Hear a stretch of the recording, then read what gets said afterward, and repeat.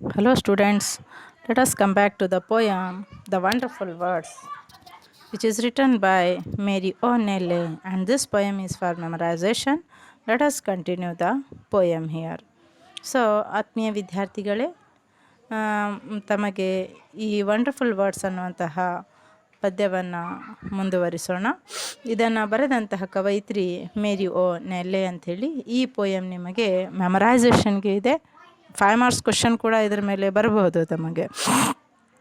So ಇದು ಒಂದು ವರ್ಡ್ಸ್ಗಳು ಎಷ್ಟು ವಂಡರ್ಫುಲ್ ಆಗಿರ್ತವೆ, ಅದ್ಭುತವಾಗಿರ್ತವೆ ಅನ್ನೋದನ್ನು ಈ ಪದ್ಯ ನಮಗೆ ಎತ್ತಿ ತೋರಿಸ್ತಾ ಇದೆ. Already the poem is started for you, it has begun. ಈಗಾಗಲೇ ಪ್ರಾರಂಭವಾಗಿರುವಂತಹ ಒಂದು ಪದ್ಯ. So in this poem we are going to observe about our desires, thoughts and how the language place a very important role here. So ನಮ್ಮಲ್ಲಿ ಹುಡ್ತಾ ಇರುವಂತಹ ಆಲೋಚನೆಗಳು, ಚಿಂತೆಗಳು, ಥಾಟ್ಸ್ಗಳು, ವಿಚಾರಗಳು, ಆ ವಿಚಾರಗಳಿಗೆ ಅರ್ಥ ಅನ್ನುವಂಥದ್ದು ಯಾವಾಗ ಬರುತ್ತೆ ಮತ್ತು ಭಾಷೆಯ ಒಂದು ಮಹತ್ವ ಏನು ಎಂಬುದನ್ನು ಈ ಪದ್ಯ ಎತ್ತಿ ತೋರಿಸ್ತಾ ಇದೆ.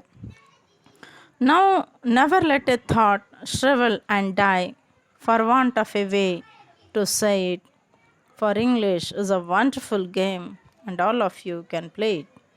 ಇಲ್ಲಿ ಕವಿತ್ರಿ ಆಗಿರುವಂತಹ ಮೇರಿ ಅವರು ಇಂಗ್ಲೀಷ್ ಭಾಷೆಯನ್ನು ಒಂದು ವಂಡರ್ಫುಲ್ ಆಗಿದೆ ಅಂಥೇಳಿ ವಿವರಿಸ್ತಾ ಇದ್ದಾರೆ. She is explaining that every person is having A number of thoughts in his mind. She is saying that we should not let our thoughts to shrivel and die. That is, we should not waste our thoughts. ನಮ್ಮಲ್ಲಿ ಬರ್ತಾ ಇರುವಂಥ ಆಲೋಚನೆಗಳಿಗೆ ನಾವು ವೇಸ್ಟನ್ನು ಮಾಡಬಾರ್ದು, ಹಾಳನ್ನು ಮಾಡಬಾರ್ದು ಅಂಥೇಳಿ ಅವ್ರು ಹೇಳ್ತಾ ಇದ್ದಾರೆ. ಅದನ್ನು ಸಾಯಿಸಬಾರ್ದು. ಕೆಲವೊಬ್ಬರು ಭಾಳ ಯೋಚನೆಗಳನ್ನು ಮಾಡ್ತಾ ಇರ್ತಾರೆ, ಆದರೆ ಅದನ್ನು ಹೇಳ್ಕೊಡಲ್ಲ, ಅವ್ರಿಗೆ ಹೇಳೋಕ್ಕಾಗಲ್ಲ ಅಂತ ಹೇಳ್ತಿರ್ತೀವಿ ನಾವು. ಅಂದರೆ ಅವರಿಗೆ ಆ ಒಂದು ಸಾಮರ್ಥ್ಯ ಇಲ್ಲ ಅಂತ ಅರ್ಥ. ಸೊ ಇಲ್ಲಿ ಕವಯಿತ್ರಿ ದಟ್ ಈಸ್ ಮೇರಿ ಅವರು ಹೇಳುವಂಥ ಪ್ರಕಾರ, don't let your thoughts die. ನಿಮ್ಮ ಆಲೋಚನೆಗಳಿಗೆ ಸಾಯಿಸಬೇಡಿ, ನಿಮ್ಮ ಆಲೋಚನೆಗಳನ್ನು ಹಾಳು ಮಾಡಬೇಡಿ. ಥಾಟ್ಸ್ ಮೀನ್ಸ್ ಯೋಚನೆಗಳು, ಆಲೋಚನೆಗಳು. Don't waste it. Don't let a thought to shrivel and die. Don't dry up it. ಅದನ್ನು ಒಣಗಿಸಬೇಡಿ.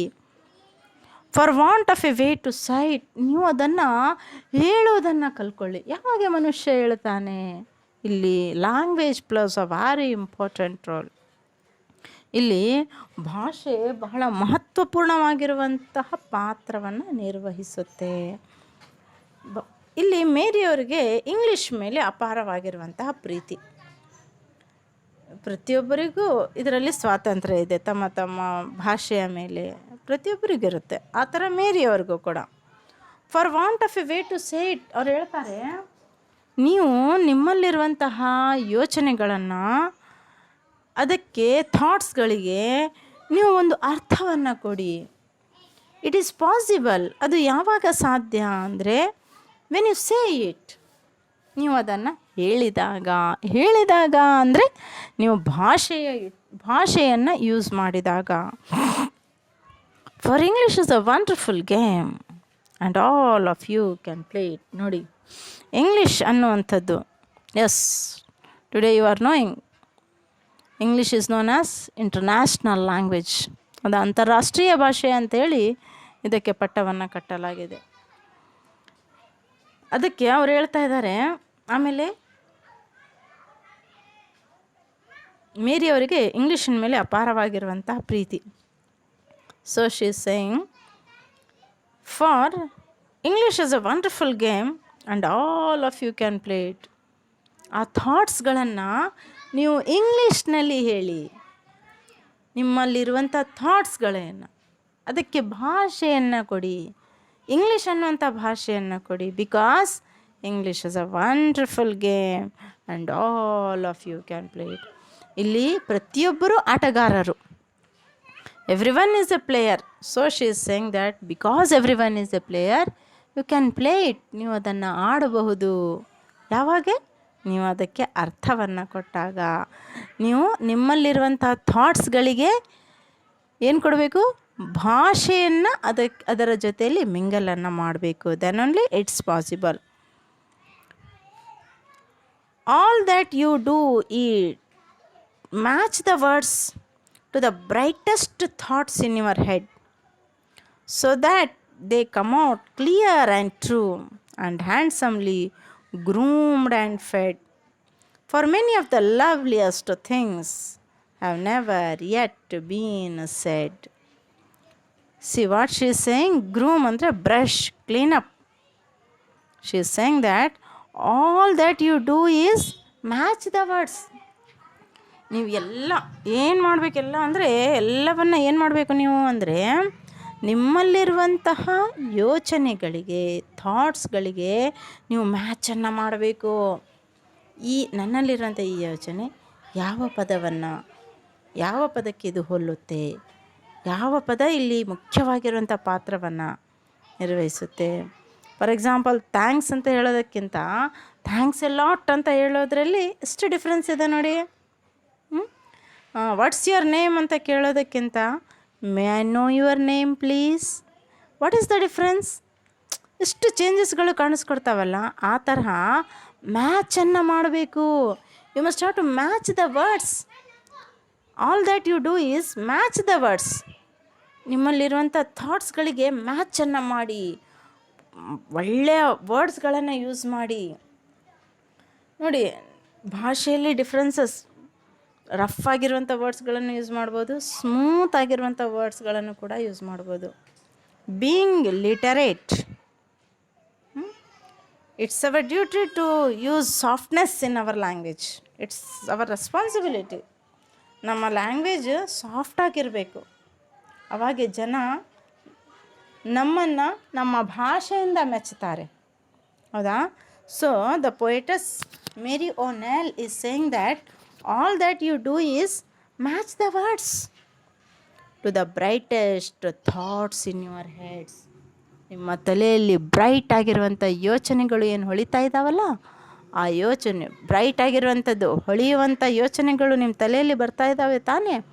ಆ ಯೋಚನೆಗಳಿಗೆ ನೀವೇನು ಮಾಡಿ, ಮ್ಯಾಚನ್ನು ಮಾಡಿ ವರ್ಡ್ಸ್ಗಳ ಜೊತೆಯಲ್ಲಿ. ವರ್ಡ್ಸ್ ಅಂದರೆ ಶಬ್ದಗಳು. So that they come out clear and true. ನಿಮ್ಮ ಬಾಯಿಂದ ಯಾವ ರೀತಿಯಾಗಿ ಹೊರಡಬೇಕು ಅಂದರೆ ಫ್ಲೂಯೆನ್ಸಿ ಇರಬೇಕು, ಫ್ಲೂಯೆಂಟಾಗಿ ಮಾತಾಡಬೇಕು. ನೀವು ಅರ್ಧಂಬರ್ಧ ಮಾತಾಡಿದರೆ ಯಾರಿಗೂ ಅರ್ಥ ಆಗಲ್ಲ, ಹೌದಾ? You must have command upon that. ಅದ್ರ ಮೇಲೆ ನಿಮಗೆ ಪ್ರಭುತ್ವ ಇರಬೇಕು. You must have command upon those words.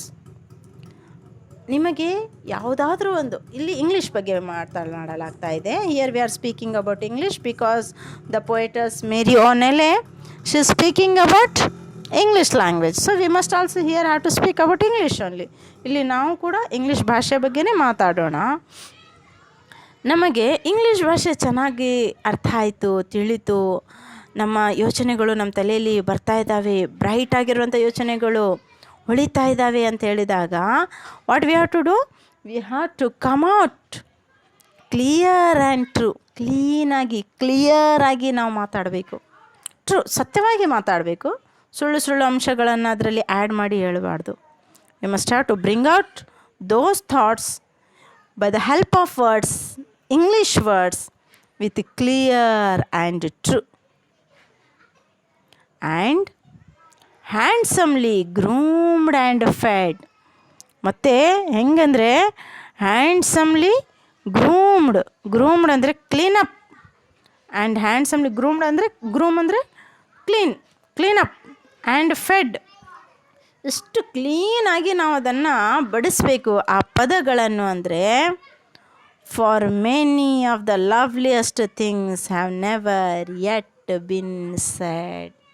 ಕೇಳುಗರರು, ಕೇಳಿಸ್ಕೊಳ್ಳುವಂಥ ವ್ಯಕ್ತಿಗಳು ನೆವರ್, ಯಾವತ್ತೂ ಕೂಡ ನಾವು ಇಂತಹದ್ದನ್ನು ಕೇಳಿಸ್ಕೊಂಡಿಲ್ಲಲ್ಲ ಅಂಥೇಳಿ ಆಶ್ಚರ್ಯವನ್ನು ಪಡಬೇಕು. ನೋಡಿ, ಕೆಲವೊಂದು ವಚನಕಾರರನ್ನು ನೋಡಿ, ಕೆಲವೊಂದು ಭಾಷಣಕಾರರನ್ನು ನೋಡಿ, ಎಷ್ಟು ಅದ್ಭುತವಾಗಿರುವಂಥ ಶೈಲಿಯಲ್ಲಿ ಮಾತಾಡ್ತಾರೆ ಅಂದರೆ, ನಾವು ನಮ್ಮ ಅಕ್ಕಪಕ್ಕದಲ್ಲಿ ಏನಾಗ್ತಾ ಇದೆ ಎಂಬುದು ಕೆಲವೊಂದು ಸಂದರ್ಭದಲ್ಲಿ ಮರೆತು ಬಿಡ್ತೀವಿ. ವೆನ್ ದಿಸ್ ಹ್ಯಾಪನ್ಸ್, ಇದು ಯಾವಾಗ ಸಾಧ್ಯ, ಅದು ಅವರು ನಮ್ಮನ್ನು ಯಾವ ರೀತಿಯಾಗಿ ಯಾವಾಗ ಕ್ಯಾಚಪ್ಪನ್ನು ಮಾಡ್ತಾರೆ, ಆ ಭಾಷಣಕಾರರಾಗಿರ್ಬೋದು, ವಚನಕಾರರಾಗಿರ್ಬೋದು, ಧಾರ್ಮಿಕ ಗುರುಗಳಾಗಿರ್ಬೋದು, ಸ್ಟೂಡೆಂಟ್ಸ್ ಸ್ಪೀಚಸ್ಗಳಾಗಿರ್ಬೋದು, ಸ್ಕೂಲ್ಸ್ಗಳಲ್ಲಿ ಕೆಲವೊಂದು ಮುದ್ದ ಮಕ್ಕಳು ಪ್ರೈಮರಿ ಹೈಸ್ಕೂಲ್ನಲ್ಲಿರುವಂಥ ಕೆಲವೊಂದು ಸ್ಟೂಡೆಂಟ್ಸ್ಗಳು ಕೂಡ ಇಷ್ಟು ನೀಟಾಗಿ ಸ್ಪೀಚಸ್ಗಳನ್ನು ಮಾಡ್ತಾ ಇರ್ತಾರೆ ಅಂದರೆ ನಮ್ಮಷ್ಟಕ್ಕೆ ನಾವೇ ಮರೆತು ಆ ಭಾಷಣದಲ್ಲಿ we will be adding up in that, ನಾವು ಅದರಲ್ಲಿ ಪೂರ್ತಿಯಾಗಿ ಮುಳುಗೋಗ್ಬಿಟ್ಟಿರ್ತೀವಿ. ಇದು ಯಾವಾಗ ಸಾಧ್ಯ ಅಂದರೆ ಆ ವರ್ಡ್ಸ್ಗಳು, ಕೇಳಿಸ್ಕೊಳ್ತಾ ಇರುವಂತಹ ವರ್ಡ್ಸ್ಗಳು ಕ್ಲೀನಾಗಿ ಫೆಡ್ಡನ್ನು ಮಾಡಿದಾಗ, ಫೆಡ್ ಅಂದರೆ ಬಡಿಸೋದು, ಅಕ್ಷರಗಳು ಶಬ್ದಗಳು ಬಾಯಿಂದ ಕ್ಲೀನಾಗಿ ಬರ್ತಾ ಇರುವಾಗ, ಸ್ಮೂತಾಗಿರುವಂಥ ಸ್ಟೈಲ್ ಇರುವಂಥ ಸಂದರ್ಭದಲ್ಲಿ every one is attached for it, has never for many of the loveliest things have never yet been said. ಎಷ್ಟೋ ವಸ್ತುಗಳ ಬಗ್ಗೆ ನಾವು ಕೇಳಿಸ್ಕೊಂಡೇ ಇರಲ್ಲ, ಅದನ್ನು ಇಂಗ್ಲೀಷ್ ಭಾಷೆಯ ಮುಖಾಂತರ ಹೇಳಿ ಅನ್ನುವಂತಹ ಒಂದು ಕಿವಿ ಮಾತನ್ನು ಮೇರಿಯವರು ಹೇಳ್ತಾ ಇದ್ದಾರೆ. Words are the food and dress of thought, they give it's body and swing, they give it its body and swing, and every one's longing today to hear some fresh and beautiful things. ವಾಹ್, ಎಷ್ಟು ಚೆನ್ನಾಗಿ ಕವಯಿತ್ರಿ ಆದಂಥ ಮೇರಿಯೋ ನೆಲ್ ಅವರು ಪದ್ಯದಲ್ಲಿ ವಿವರಿಸ್ತಾ ಇದ್ದಾರೆ ನೋಡಿ. ಪದಗಳು, words ಅಂದರೆ ಶಬ್ದಗಳು, words are the food and dress of thought. ನೋಡಿ, ಅಂದರೆ ನಮಗೆ ಭಾಷೆ ಬಗ್ಗೆ ಚೆನ್ನಾಗಿ ನಾಲೆಜ್ ಇರಬೇಕು. ನಾವು ಹೇಳ್ತಾ ಇರುವಂಥ ಪ್ರತಿಯೊಂದು ಶಬ್ದ ಅರ್ಥಗರ್ಭಿತವಾಗಿರಬೇಕು. ಬಿಕಾಸ್ ಯಾಕೆ, why, because words they are the food and dress of thought. ಅರ್ಥ ಆಯ್ತಾ? ಥಾಟ್ ಅಂದರೆ ಯೋಚನೆಗಳು, ಹೌದಾ, ಆಲೋಚನೆಗಳು. ಆ ಆಲೋಚನೆಗಳಿಗೆ ಊಟ, ಅನ್ನ ಮತ್ತು ಬಟ್ಟೆ, ಫುಡ್ ಆ್ಯಂಡ್ ಡ್ರೆಸ್ ಯಾವುದು ಅಂದರೆ ವರ್ಡ್ಸ್ಗಳು.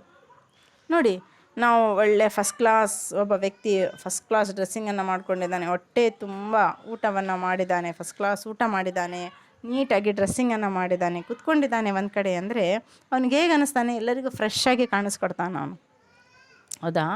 ಯಾಕೆ ಫ್ರೆಶ್ಶಾಗಿ ಕಾಣಿಸ್ಕೊಡ್ತಾನೆ? ಫುಡ್ ಮತ್ತು ಡ್ರೆಸ್ ಇದರ ಪರವಾಗಿ ಅವನು ಫ್ರೆಶ್ಶಾಗಿ ಕಾಣಿಸ್ಕೊಡ್ತಾನೆ. ಅದೇ ರೀತಿಯಾಗಿ in the same way words, ಶಬ್ದಗಳು ಏನಾಗಿದ್ದಾವೆ? Food and dress of thought, ಯೋಚನೆಗಳ ಡ್ರೆಸ್ ಮತ್ತು ಫುಡ್ ಆಗಿದ್ದಾವಂತೆ. ಡ್ರೆಸ್ ಆ್ಯಂಡ್ ಫುಡ್ ಚೆನ್ನಾಗಿತ್ತು ಅಂದರೆ ವರ್ಡ್ಸ್ಗಳು ಚೆನ್ನಾಗಿದ್ಬಿಟ್ರೆ ಕೇಳಿಸ್ಕೊಳ್ತಾ ಇರುವಂಥ ಜನರಿಗೆ ಆ ವರ್ಡ್ಸ್ಗಳು ಭಾಳ ಸ್ವೀಟಾಗಿ ಲವ್ಲಿಯಾಗಿ ಕಾಣಿಸ್ಕೊಡ್ತವೆ.